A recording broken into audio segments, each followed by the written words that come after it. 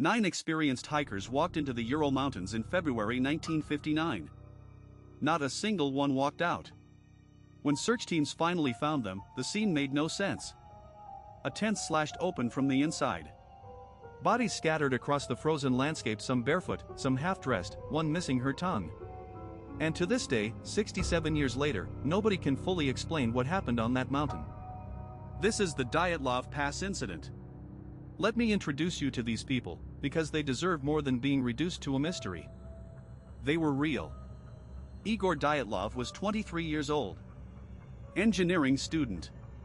The kind of guy who organized everything, the trip leader, the one everyone trusted to get them through. He'd done expeditions like this before. This wasn't some group of amateurs stumbling into the wilderness on a dare. There were 10 of them originally.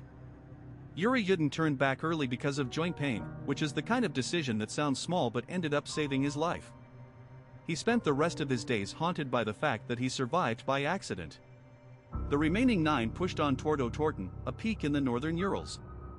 The route was classified as Category 3, the most difficult, but again, these were trained, experienced hikers. They had proper gear. They had a plan. They knew exactly what they were doing. On February 1st, they set up camp on the slope of Kholat Syakhl. And here is a detail that I think gets overlooked. The name Kholat Syakhl comes from the indigenous Mansi language. It translates to Dead Mountain. Now, I'm not a superstitious person, but if I'm picking a campsite, maybe I skip the one literally named after death. That night, something happened. And whatever it was terrifying enough to make 9 rational, trained people do the most irrational thing imaginable. When the group didn't check in on schedule, nobody panicked right away. Delays happen in the backcountry. But days turned into a week, and on February 26th, search teams found their tent on the mountainside. And this is where the story goes from concerning to deeply, deeply wrong. The tent had been cut open from the inside. Not unzipped. Not pulled apart.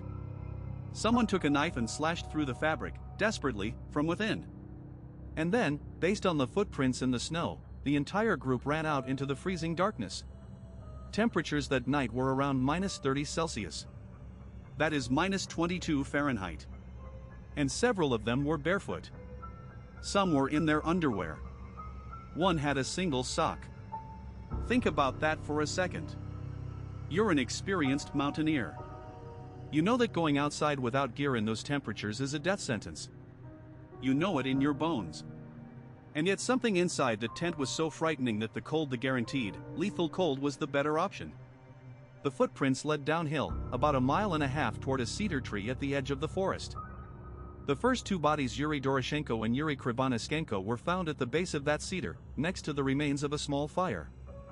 They were in their underwear. The branches of the cedar were broken up to about 15 feet, which means someone had climbed it. Looking for something? Or looking at something?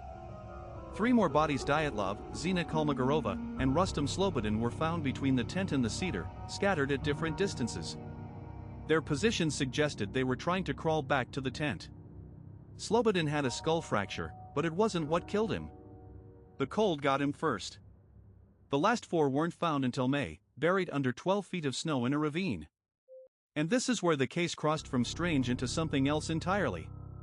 Okay, before I tell you what they found in that ravine, and trust me, this is the part that changes everything. If you're the kind of person who stays up way too late going down rabbit holes like this, you're going to want to subscribe to Mind Trap.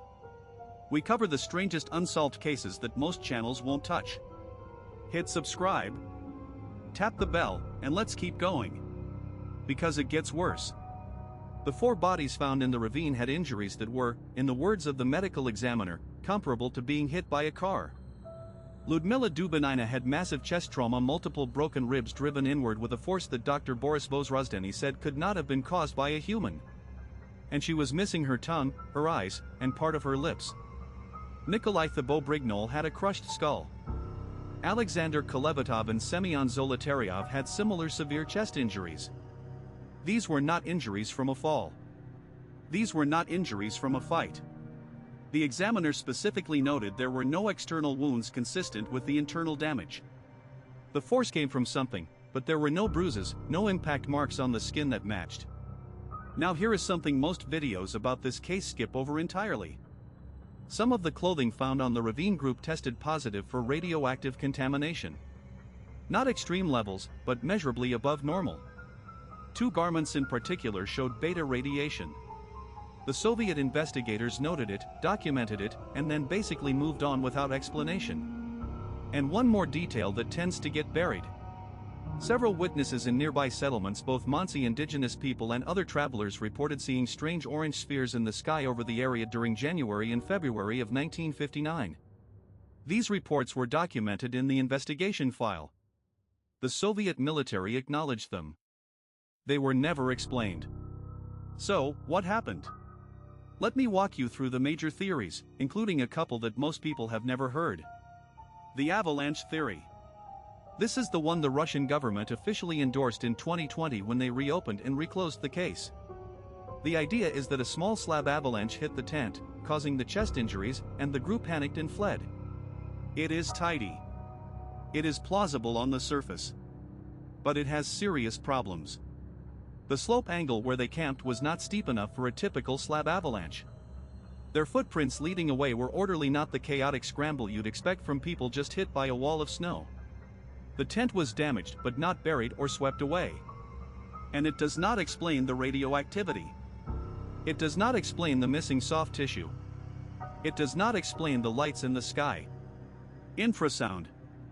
This one is genuinely interesting.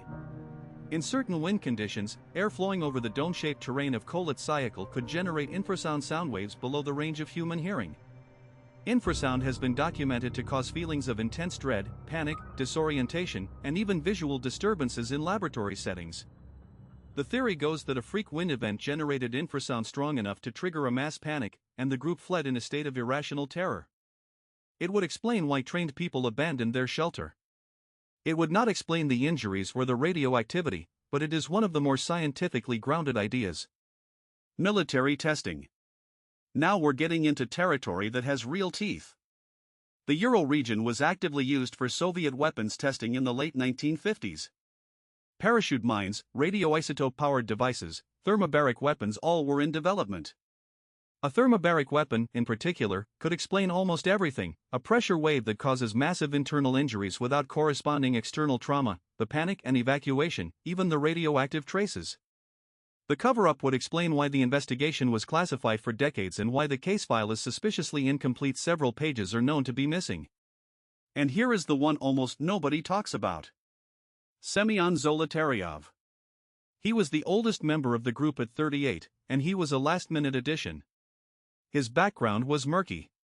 He was a World War II veteran with combat experience, which is unusual for a university hiking club. Some researchers believe Zolotaryov was KGB, embedded with the group for a specific purpose, possibly related to a planned dead drop or a surveillance operation in the mountains. If a covert operation went wrong, if they saw something they were not supposed to see, or if they stumbled into an active test zone, it could explain both the deaths and the extraordinary effort to suppress the investigation. One more thing about Zolotaryov. When his body was found, he had a camera around his neck. Not the group's shared camera. His own personal camera. The film was reportedly severely damaged, but some researchers claim it was never properly analyzed, and others claim the film was confiscated and never returned. We do not know what, if anything, he photographed that night. The case was officially closed in May 1959. The cause of death was listed as a compelling natural force. That phrase, compelling natural force, tells you everything about how comfortable the Soviet authorities were with this case. It is the bureaucratic equivalent of a shrug. Yuri Yudin, the one who turned back, spent the rest of his life trying to find answers. He died in 2013 without them. He once said, "If I had a chance to ask God just one question, it would be, what really happened to my friends that night?" The pass was officially named Dyatlov Pass in their memory. 9 people went up that mountain in the prime of their lives, and something, whether it was nature, or physics, or their own government, made sure they never came down.